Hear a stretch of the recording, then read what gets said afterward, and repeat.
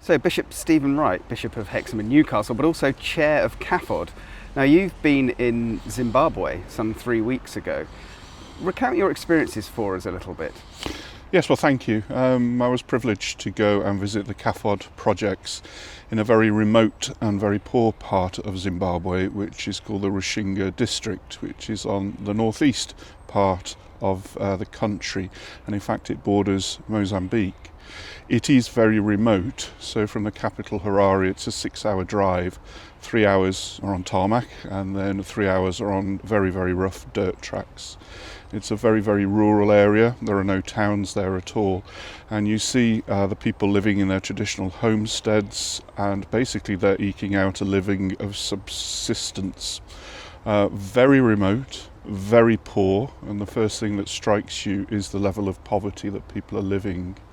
So for example, women and children will walk up to 7 kilometres to get water. Children will walk up to 10 kilometres to go to school, and it truly breaks your heart to see them making their way to school and back from school, children as young as 4. And it was a great privilege to see the CAFOD projects there, and they were truly inspiring. I had the joy of visiting 3 primary schools and a maternity unit.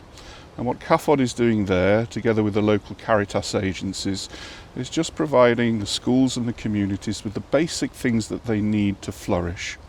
So the first of those, and by far the most important, is access to water. So bores are drilled down to the water table, and with simple water pumps, the community have access to water, and that is life-changing for so many people. Then the second is to provide solar panels for electricity, which again then means that they can operate electrical items like other people can, and the children even can have basic computers as well. The third part of the programme is to provide the children and indeed the staff with a healthy meal each day. And I sampled that meal. It's a very basic porridge which is made of millet. It's a traditional dish, but it's very nutritious for the children and indeed for the staff. And then the final part of the projects is, for want of a better phrase, education and awareness about safeguarding. The children and the women are incredibly vulnerable in the lives that they have to leave. I repeat, they are walking 7 kilometres, 10 kilometres for water and for education. They are incredibly vulnerable. And what I witnessed, and the children were so keen in presenting plays and songs about all sorts of things, but there was an emphasis on their understanding about what is appropriate behaviour to them and what is not. Raising that awareness, and then they are told what to do with that information, to share it both with the teachers and also with the local chief who I was privileged to meet, and he really is a safeguarding champion in his district. And the chief gave the children and gave me too the assurances that he would pass on any information to the local authorities and indeed the police, and you can see that that is taking place. And in terms of, we often see a real strength in faith, even in great adversity and poverty.